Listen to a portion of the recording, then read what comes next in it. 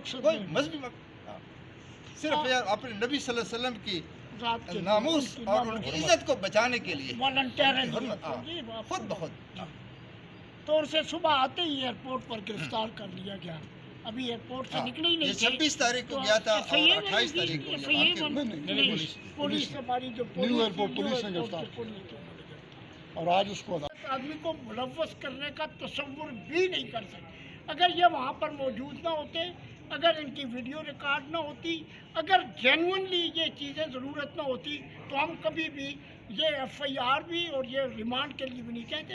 ये मैं समझता हूँ कि तारक साहब की बहुत बड़ी बात है कि इन्होंने फौरी तौर पर, और हर मुसलमान के जज्बात हैं, तो तारक साहब अगर कुछ बात आप कर सर जो उन्होंने जो इसमें जो रिमांड की जो इस्तदा किया उसमें ये उन्होंने कहा है कि आप जो हैं हमने जो फ़ोन है जिस पर ये वीडियो रिकॉर्ड हुई है वो हमने इनसे रिकवर करना है, और दूसरा इनके साथ कौन कौन बंदे थे वो करना है।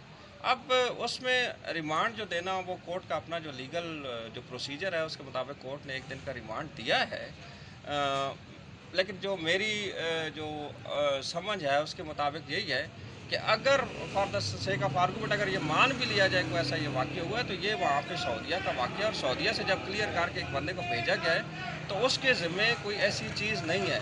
हाँ, अगर उसने कई बार कोई वीडियो बना के कोई इंटरव्यू टाइप उसने कोई चीज़ कर दिया है तो उसमें ये जो दफ़ात लगाई गई है ये किसी तौर पर अट्रैक्ट नहीं करती। Thank you.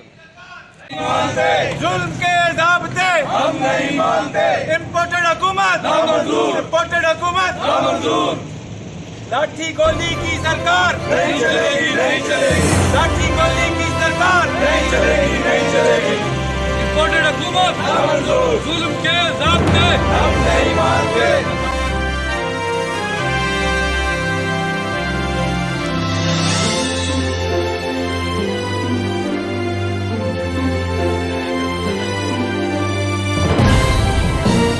मेरा नाम काजी मोहम्मद तारिक है। मैं फतेह जंग बार एसोसिएशन का मेंबर हूँ और वहाँ जो लोकल कोर्ट्स हैं उनमें वकालत करता हूँ। ये जब मैंने वीडियो देखी तो यकीन जाने कि मुझे इंतहाई दुख हुआ। तो किस बात का हुआ कि ये सियासी लोग हैं दोनों अतराफ से, अगर इनको कुछ सियासी मकासद थे, गालियाँ निकालनी थी तो रायवेंड में 2000 बंदे भेज देते, उनके घर के सामने गालियाँ निकाल लेते, मियाँ नवाज शरीफ को, मियाँ शहबाज शरीफ को। लंदन में हर 5 दिन बाद 6 दिन बाद वहाँ के घर के सामने गालियाँ निकाली जाती हैं, लेकिन इन्होंने मस्जिद नबी का इंतखाब क्यों किया? मेरे नबी सल्लल्लाहु अलैहि वसल्लम की जाए जो है उनकी कब्र मुबारक का इंतखाब क्यों किया? और वहाँ गालियाँ निकाल कर बेहुदा ज़बान इस्तेमाल करके नारे लगाकर इन्होंने मेरी नबी सल्लल्लाहु अलैहि वसल्लम की रूहों को तकलीफ़ दी है। तो मुझे दुख हुआ और मुझ में ये जज्बा पैदा हुआ। मैंने दरख्वास्त लिखी, अपने बेटे को साथ लिया, 1-2 और वकला को वहाँ थाना न्यू एयरपोर्ट में जाकर दरख्वास्त दे दी। फिर उनके खिलाफ पर्चा हो गया। फिर मैंने गवाह पेश किए वहाँ 5 वकला, ठीक है जी, इनको वीडियो दी जो इवेंट्स है वहाँ पे जो तस्वीरें हैं इस वाक़े की। तो इस तरह मैंने इनको अपने कानून